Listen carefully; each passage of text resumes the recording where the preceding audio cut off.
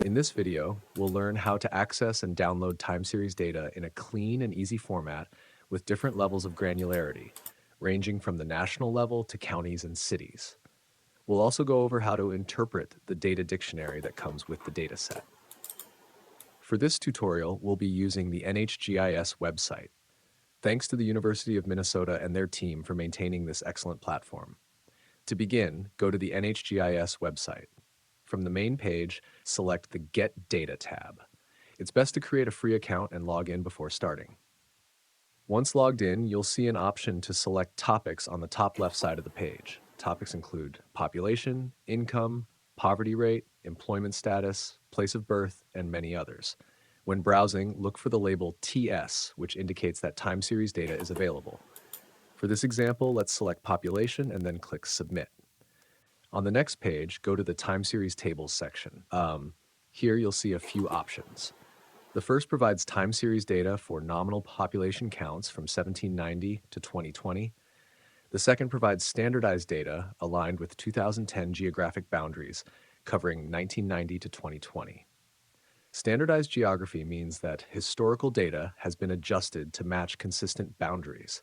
This is useful if you want to compare data across years without worrying about changes in county or tract boundaries.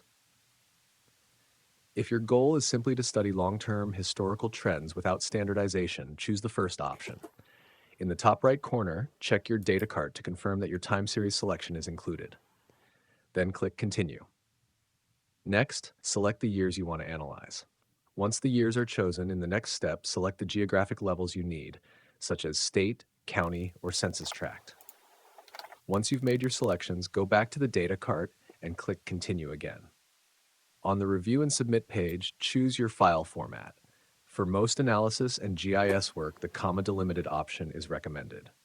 For the table layout, if you're using Tableau or PowerBI, it's better to select Time Varies by Row. For Excel, however, Time Varies by Column may be more convenient. Under Description, you can also add notes or tags. This is helpful for keeping track of queries you may want to rerun or modify later. Finally, click Submit. After a few minutes, your data will be ready for download.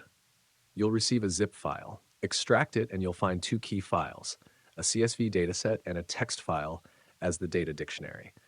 The CSV file contains the raw data. The text file is the data dictionary, which provides full details about the columns, including labels, definitions, and how to properly cite the data. Pay special attention to columns that include M, which stand for margins of error.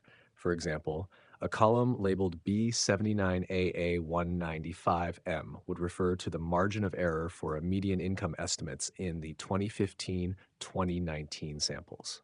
Now your data is ready. You can import it into Excel, Tableau, Power BI, or any other analytical tool to start exploring, analyzing, and creating visualizations.